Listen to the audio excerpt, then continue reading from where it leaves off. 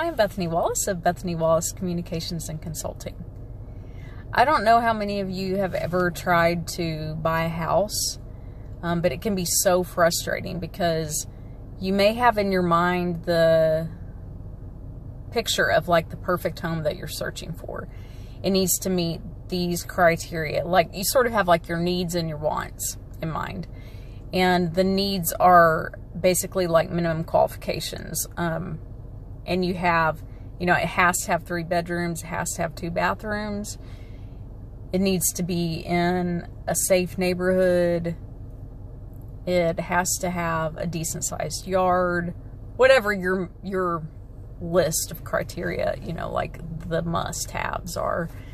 And then you might have some things that you can sort of give a little bit more on. So maybe like a fireplace is something you want, but it's not a total necessity. Or you would love for it to have big walk-in closets, but if it doesn't have that, then you could probably, deal with that later or add them yourself or something like that.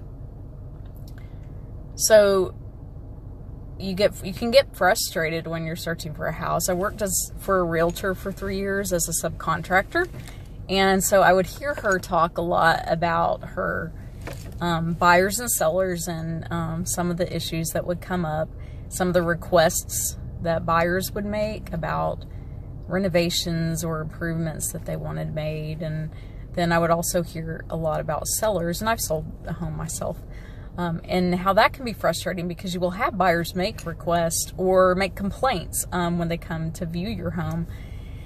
And, it'll be like, well, it's perfect except this one entryway part. And you're like, I can't change that. That's where the heat and air is.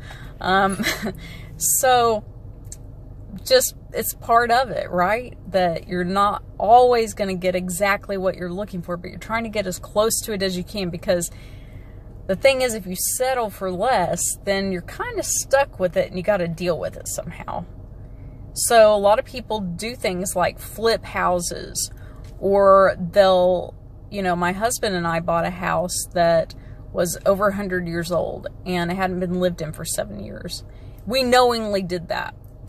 We knew it needed a lot of work and we agreed to renovate it ourselves.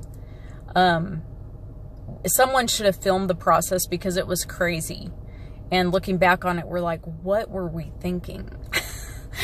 But that was years ago and almost a decade ago, and it was before we had a child, and so we were so energetic, and it was kind of fun. But it's a lot of work to take on a project like that. I'll say that. So you've got to go into it with your eyes open. I want to compare that to what it's like when you hire an employee. You have your ideal candidate profile. You should have that.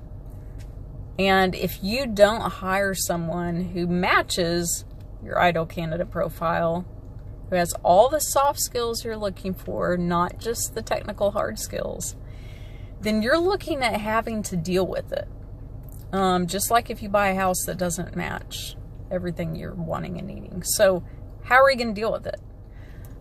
You're going to have to train that person. And soft skills can be taught.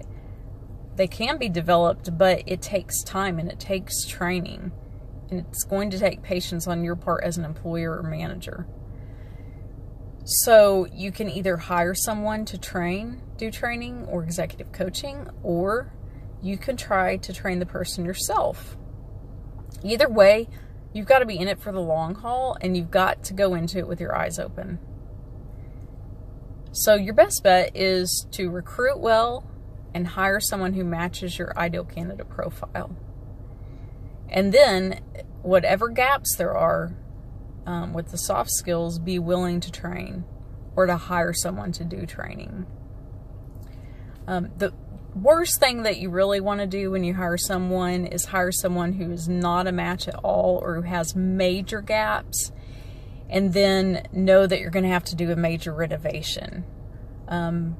Renovating someone to try to make them fit your profile is probably more work than renovating a house that's over 100 years old. So I would try to avoid that if I were you. If you found that within your organization, though, you have some major renovations that need to take place and you need some help tackling those, you're welcome to contact me at BethanyWallaceCo.com.